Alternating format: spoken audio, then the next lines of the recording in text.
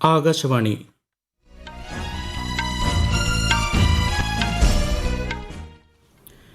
നമസ്കാരം. വാർത്തകൾ വായിക്കുന്നത് അക്ഷയ് ഷാജി.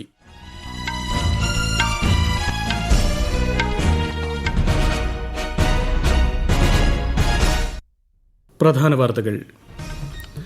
പ്രധാനമന്ത്രി നരേന്ദ്രമോദി 2 ദിവസത്തെ സന്ദർശനത്തിനായി അസമിൽ. ഇന്ന് ഗുവാഹട്ടിയിൽ 11,599 കോടി രൂപയുടെ വികസന പദ്ധതികൾക്ക് തുടക്കമിടും. നടപ്പ് സാമ്പത്തിക വർഷം ഇതുവരെ രാജ്യത്ത് 18,000 കോടിയിലധികം രൂപയുടെ ഇൻപുട്ട് ടാക്സ് ക്രെഡിറ്റ് ക്രമക്കേട് കണ്ടെത്തി.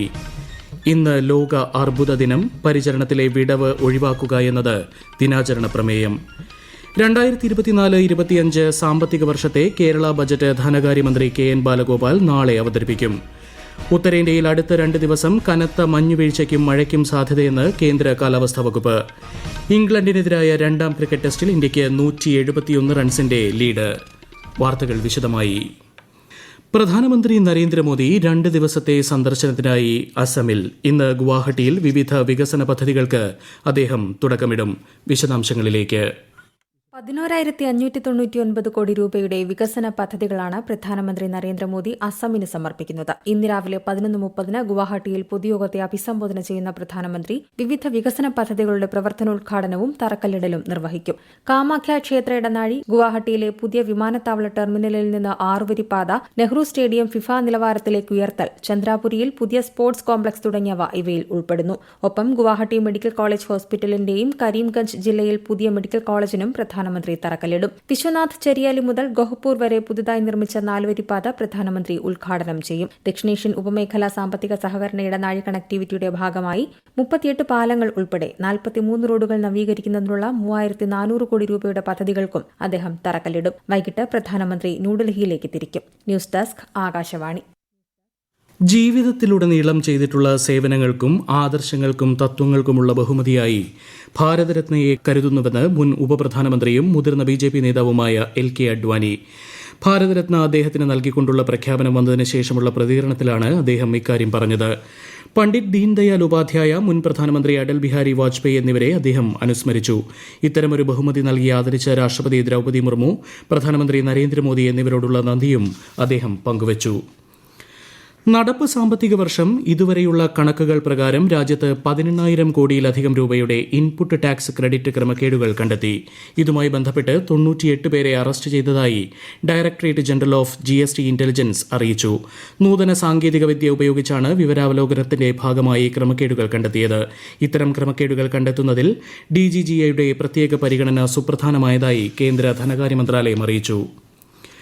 ഫിജി ഉപപ്രധാനമന്ത്രി ബിമൻ പ്രസാദിന്റെ ഒരാഴ്ച നീളുന്ന ഇന്ത്യ സന്ദർശനം ഇന്ന് ആരംഭിക്കും. പ്രാണപ്രതിഷ്ഠാ ചടങ്ങിന് ശേഷം അയോധ്യ സന്ദർശിക്കുന്ന ആദ്യ വിദേശ നേതാവായിരിക്കും ശ്രീ പ്രസാദ്.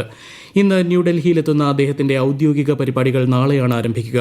നാളെ വിദേശകാര്യമന്ത്രി S ജയശങ്കർ, കേന്ദ്ര സഹമന്ത്രി രാജ്കുമാർ രഞ്ജൻ സിംഗ് എന്നിവരുമായി ഫിജി ഉപപ്രധാനമന്ത്രി കൂടിക്കാഴ്ച നടത്തും. മണിപ്പൂരിലെ ജനങ്ങളുടെ ക്ഷേമത്തിനായി കേന്ദ്രം സുപ്രധാന നടപടികൾ സ്വീകരിക്കുമെന്ന് മണിപ്പൂർ മുഖ്യമന്ത്രി N ബിരേൻ സിംഗ്. ന്യൂഡൽഹിയിൽ കേന്ദ്ര ആഭ്യന്തരമന്ത്രി അമിത്ഷായുമായി കൂടിക്കാഴ്ച നടത്തിയതിനു ശേഷമാണ് പ്രതികരണം. ശ്രീ ഷായുമായി കൂടിക്കാഴ്ച നടത്തിയതിനു ശേഷം ആഭ്യന്തര മന്ത്രാലയത്തിലെ മുതിർന്ന ഉദ്യോഗസ്ഥരുമായും ശ്രീ ബിരേൻ സിംഗ് കൂടിക്കാഴ്ച നടത്തി. കോൺഗ്രസ് നേതാവ് രാഹുൽ ഗാന്ധി നടത്തുന്ന ഭാരത് ജോഡോ ന്യായ് യാത്ര ഝാർഖണ്ഡിൽ ഇന്നും തുടരും. 8 ദിവസങ്ങളിലായി ഝാർഖണ്ഡിലെ 13 ജില്ലകളിലൂടെ യാത്ര പര്യടനം നടത്തും. ഇന്ന് ലോക അർബുദ ദിനം. ക്യാൻസറിനെതിരെയുള്ള അവബോധം വളർത്തുക എന്ന ലക്ഷ്യത്തോടെയാണ് ദിനാചരണം. പരിചരണത്തിലെ വിടവ് ഒഴിവാക്കുക എന്ന ലക്ഷ്യത്തോടെയുള്ള ക്ലോസ് ദ കെയർ ഗ്യാപ്പ് എന്നതാണ് ഈ വർഷത്തെ ദിനാചരണ പ്രമേയം. 2022 കണക്കനുസരിച്ച് 20 ദശലക്ഷം പുതിയ ക്യാൻസർ രോഗികളാണ് ആഗോളതലത്തിൽ ഉണ്ടായത്. സ്തനാർബുദം, ശ്വാസകോശം, വൻകുടൽ, മലാശയം, പ്രോസ്റ്റേറ്റ് ക്യാൻസർ എന്നിവയാണ് ഏറ്റവും കൂടുതൽ കണ്ടുവരുന്നത്. ഏറ്റവും കൂടുതൽ മരണകാരണമാകുന്നത് ശ്വാസകോശാർബുദമാണ്. 2023 ഇന്ത്യയിൽ 3.4 ലക്ഷത്തിലധികം ഗർഭാശയ അർബുദ രോഗികളുണ്ടെന്ന് കണക്കുകൾ വ്യക്തമാക്കുന്നു. ഈ വാർത്തകൾ ആകാശവാണിയിൽ നിന്ന്. ആകാശവാണി വാർത്തകളും വാർത്താധിഷ്ഠിത പരിപാടികളും all India radio news Thiruvananthapuram എന്ന യൂട്യൂബ് ചാനലിൽ ലഭ്യമാണ്. കൂടുതൽ വാർത്തകൾക്കായി @all India radio news Thiruvananthapuram എന്ന ഫേസ്ബുക്ക് പേജും @AER_News_TVM എന്ന X ഹാൻഡിലും സന്ദർശിക്കാം. 2024-25 സാമ്പത്തിക വർഷത്തെ കേരള ബജറ്റ് നാളെ ധനകാര്യമന്ത്രി KN ബാലഗോപാൽ നിയമസഭയിൽ അവതരിപ്പിക്കും.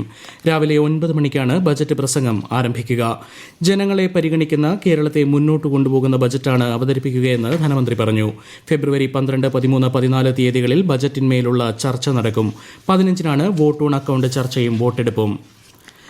Kochi Kakkanad KINFRA international exhibition centre മുഖ്യമന്ത്രി പിണറായി വിജയൻ ഇന്ന് ഉദ്ഘാടനം ചെയ്യും. സർക്കാരിന് വേണ്ടി വ്യാവസായിക പ്രോത്സാഹനത്തിനും അനുബന്ധ പ്രവർത്തനങ്ങൾക്കുമായാണ് കൺവെൻഷൻ സെന്റർ വിഭാവനം ചെയ്തിരിക്കുന്നത്. 10 ഏക്കറിൽ 55,000 ചതുരശ്ര അടിയുള്ള എക്സിബിഷൻ സെന്റർ 90 കോടി ചെലവിലാണ് നിർമ്മിച്ചത്. എല്ലാവർക്കും ഭൂമി, ഭൂരഹിതരില്ലാത്ത കേരളം എന്നതാണ് സംസ്ഥാന സർക്കാരിന്റെ ലക്ഷ്യമെന്ന് മന്ത്രി കെ രാജൻ. അനധികൃതമായി ഭൂമി കയ്യേറിയവരിൽ നിന്ന് ഭൂമി പിടിച്ചെടുത്ത് ഭൂരഹിത മനുഷ്യർക്ക് വിതരണം ചെയ്യുന്നതിൽ സർക്കാരിന് ഒരു മടിയുമുണ്ടാകില്ല. സംസ്ഥാനത്തെ 35 വില്ലേജ് ഓഫീസുകൾ കൂടി സ്മാർട്ടായി മാറുകയാണ്. എല്ലാവർക്കും ഭൂമി, എല്ലാ ഭൂമിക്കും രേഖ, എല്ലാ സേവനങ്ങൾ സ്മാർട്ട് എന്ന മുദ്രാവാക്യത്തോടെ സംസ്ഥാനത്തെ റവന്യൂ വകുപ്പ് ഏറ്റവും പുതിയ വേഗതയിലേക്ക് മുന്നേറിക്കൊണ്ടിരിക്കുകയാണെന്ന് മന്ത്രി കാസർഗോഡ് പറഞ്ഞു. കേരളത്തിലെ കോൺഗ്രസിന്റെ ലോക്സഭാ തെരഞ്ഞെടുപ്പ് പ്രവർത്തനങ്ങൾക്ക് തുടക്കം കുറിച്ച് KPCC സംഘടിപ്പിക്കുന്ന മഹാജനസഭ ഇന്ന് തൃശൂരിൽ ആരംഭിക്കും. AICC അധ്യക്ഷൻ മല്ലികാർജ്ജുൻ ഖാർഗെ മഹാസഭ ഉദ്ഘാടനം ചെയ്യും. KPCC അധ്യക്ഷൻ K സുധാകരൻ അധ്യക്ഷത വഹിക്കും. വൈകിട്ട് 4 മണിക്ക് തൃശൂർ തേക്കിൻകാട് മൈതാനിയിൽ നടക്കുന്ന പരിപാടിയിൽ സംസ്ഥാനത്തെ എല്ലാ ബൂത്ത് പ്രസിഡന്റുമാരും വനിതാ വൈസ് പ്രസിഡന്റുമാരും പങ്കെടുക്കും. ജനങ്ങളോട് പറഞ്ഞ കാര്യങ്ങൾ നടപ്പാക്കിയ ശേഷമാണ് ഭാരതീയ ജനതാ പാർട്ടി ജനങ്ങളിലേക്ക് ഇറങ്ങിച്ചെല്ലുന്നതെന്ന് കേന്ദ്ര സഹമന്ത്രി V മുരളീധരൻ ആറ്റിങ്ങലിൽ കേരള പദയാത്രയ്ക്ക് നൽകിയ സ്വീകരണത്തിൽ സംസാരിക്കുകയായിരുന്നു അദ്ദേഹം. പൊതു തെരഞ്ഞെടുപ്പ് അടുത്തു നിൽക്കുമ്പോൾ ഇത്തരമൊരു യാത്രയിലൂടെ ജനങ്ങളിലേക്ക് ഇറങ്ങിച്ചെല്ലാൻ BJPക്ക് മാത്രമേ സാധിക്കൂവെന്നും കേന്ദ്ര സഹമന്ത്രി പറഞ്ഞു. ജമ്മു കശ്മീർ, ലഡാക്ക്, ഹിമാചൽ പ്രദേശ്, പഞ്ചാബ്, ഡൽഹി, ഉത്തർപ്രദേശ് തുടങ്ങിയ ഇടങ്ങളിൽ അടുത്ത 2 ദിവസങ്ങളിൽ ഇടിമിന്നലോടുകൂടിയ മഴയ്ക്കും മഞ്ഞുവീഴ്ചയ്ക്കും സാധ്യതയുണ്ടെന്ന് കേന്ദ്ര കാലാവസ്ഥാ വകുപ്പ്. ഹിമാചൽ പ്രദേശിലും ഉത്തരാഖണ്ഡിലും ഇന്ന് ഒറ്റപ്പെട്ട കനത്ത മഴയ്ക്കും മഞ്ഞുവീഴ്ചയ്ക്കും സാധ്യതയുണ്ട്.